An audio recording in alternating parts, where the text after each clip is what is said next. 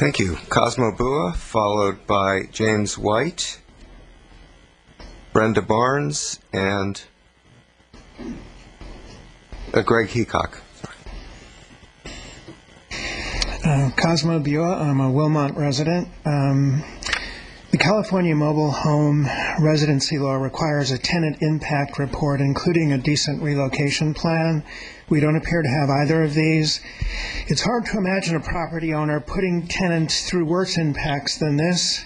Here we have quite a vulnerable population of tenants, and I want a very thorough and detailed tenant impact report. Someone is being far too accommodating to the property owner. You've received a letter from attorney and landlord Rosario Perry stating that a fair market appraisal for this property is around $8 million. I don't think you can afford to act on this until you understand how staff came up with $30 million instead. One amount will allow you to save these residents' homes and their way of life, and also a possible landmark or historic district neighborhood. The other will be considered probably prohibitive. I do not believe you've been given what Councilman McKellen directed staff to bring to you, all of your possible options. Are there no protections for seniors, low income, or the disabled which might apply in this situation? You absolutely must wait until you have all the accurate information you need before throwing out these low-income seniors and disabled people out of their lives and the community that they've made for themselves. The draft EIR is amazingly inaccurate, saying several mature trees are to be removed when it's actually hundreds. Migrating bird habitat, the only mitigation for that is going to be to protect whatever nests they find for one season before destroying all the habitat in this very low canopy area of our city. That the project would not divide an established community is rubbish. No impact on air quality, water use, affordable housing, or historical or cultural resources is also nonsense. Thank you, Mr. Bua. James White is next. Thank you, sir.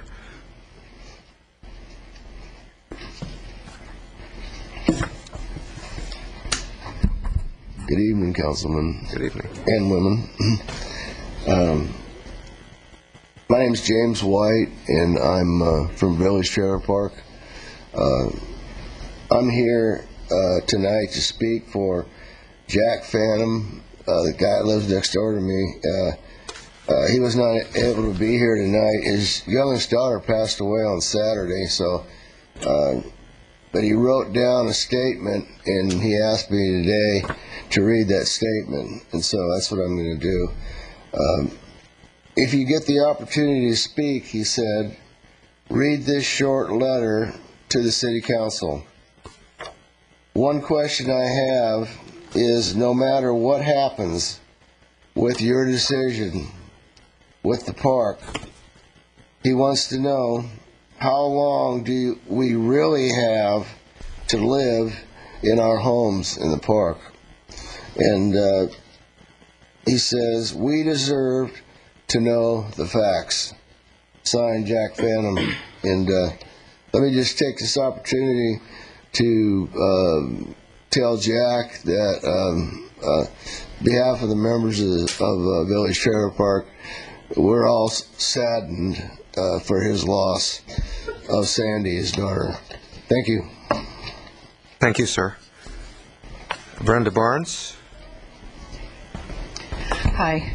My husband, who always tells you how your decisions affect lions, is not here tonight because he goes to a meeting on the first Tuesday night of every month about the medium being the message. And both of us think that that was more important than him coming here, because the medium is the message here. You give us 2 minutes to speak about our homes, our lives. We bought these homes. I bought the one that I live in 25 years ago. And yet, after we talk, you go through charades, grandstanding, amazing, on and on and on talking that is rubbish, absolute nonsense. Like the last time you talked about this, Oh, how sad it would be to have to come up with $22 million, $35 million. Couldn't build a Pico library. Ridiculous. Just like the man said before, this property is not worth more than $8 million unless you change all the zoning and let this development agreement go through. That's the bottom line. You have the choice. And if you make that choice improperly, then the land is valuable. But why? Why would anybody do that? Village Trailer Park is not, I've been looking at trailer parks for the last 5 years since we got a notice of closure of this one. Village Trailer Park is not a trailer park, not a commodity. It's a brand.